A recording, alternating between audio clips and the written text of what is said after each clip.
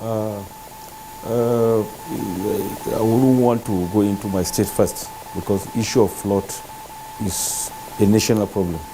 And when we look at it from their presentation, we talk about Lokoja, which is like the melting point. How does water come to Lokoja? Usually from the two flanks.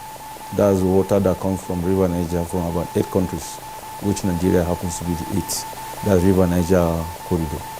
And then the other flank, which comes from Cameroon, and then flows down to Makodi, Umaisha, which is the last point in Nasarawa State, then the point.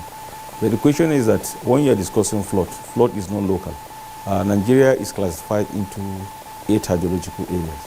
So issue of flooding in terms of mitigation start on regional basis in terms of cluster from the hydrological areas. For instance, if you are looking at hydrological area 1, which comprises a cluster as the entry of Nigeria from the northwest, from Sokoto, Kebbi, and then Niger, and then even some portion of Katsina. So it's a drainage system there. Then the hydrological area 2, we are talking about some part of Niger, some part of Kaduna, and then up to the FCT.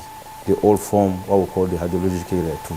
Then the 3, we are talking about Gombe, Bauchi, Taraba, that's the hydrological area 3. Then 4, that is where I come from, that is Nasarawa State, which begins from most part of Plateau, then Nasarawa, then some parts of the FCT, even the northern Kogi, and then Benin, it's all from hydrological area 4. Then hydrological area 5 is the downside of southern part of Kogi, which is after the melting point in Lokoja. As it start draining down, that one is contiguous with what we call the southeastern part of Nigeria. That's Anambra, Abia, up to Delta, Bayelsa, which around, that's where you have the deltatic condition. That is water coming into a place where it flows uncontrollably, because the normal drainage system there is meant for a certain quantity of water.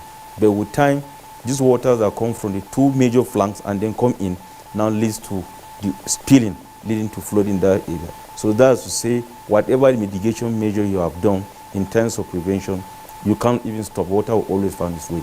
So you can see that is hydrological area 5. Then hydrological area 6 is what we call the western littoral.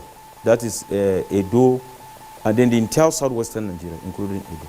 That forms, so most of the rivers or water that comes to that area, it empties then finally to Lagos. And that's why Lagos is prone to that. So now it's issue of town planning issue and other aspects that we are coming to discuss in the course of the program.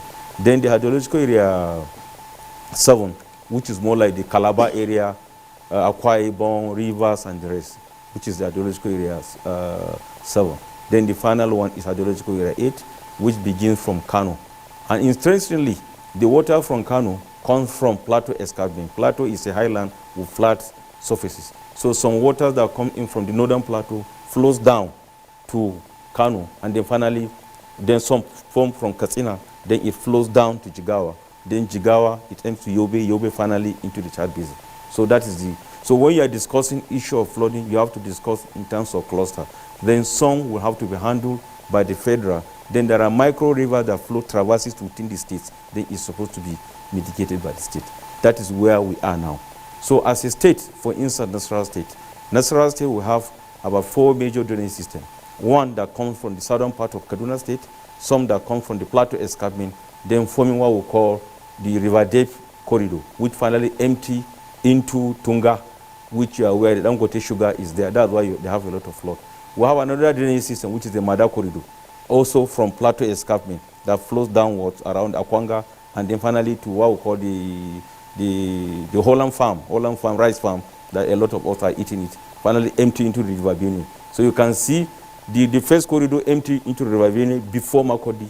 Then this other one empties after Makodi. Then you have another drainage system around Kefi, River Bokoko, River Uke, if you are going to Uke here, around the Zimbabwe, Odo River, River Kuraipe from FCT, Karashi area, or they all meet in what we call the Kama confluence in Nasarawa, finally empty before Umasha. Then some of the rivers that come around Rubochi area, then around Abaji, they all flow and then finally comes to Umasha. So you can imagine all these contributions are coming from Nasarawa State side, but even from Nasarawa State side is coming upstream. What is the Nasarawa State doing? The Nasarawa State government is doing. What is Plateau State doing upstream? This has been the discussion from 2012, when we had the major flood within the last 50 years. In Lokoja in 2012, the gauge reading, which the Honorable Commissioner can attest, at that time it gave about 12.8 meter above. That's in the data of the gauge that led to the flood. That of 2022, it was 13.3. Can you see the difference? That was why the devastation was higher in that. So what have we done as a country to be able to do the mitigation? The states should be able to have their own schedule to create sort of coffer dams along some of the rivers so that it will reduce the flow of water to the major drainage system. There has been this theory that most of the flooding in Nigeria is coming from the release of water Lacto Dam. But a lot of experts, because water issue of flooding is multidisciplinary and is in the concurrent. What an irony. Flood does not know anybody. There is no friend in terms of flood.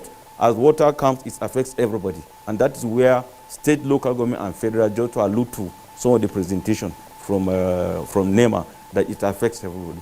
So the flood issue is that we have to go back to the drawing board. Now, the last administration of President Buhari set up a National Technical Committee on Flood, headed by my senior colleague, Professor Adanu of the National Water Institute. And all those recommendations are there, A, B, C. Which one should be handled nationally, which one should be handled at the state level, which one should be handled at catchment level. Have we started implementing those in terms of putting those structures in the appropriate places? These are some of the issues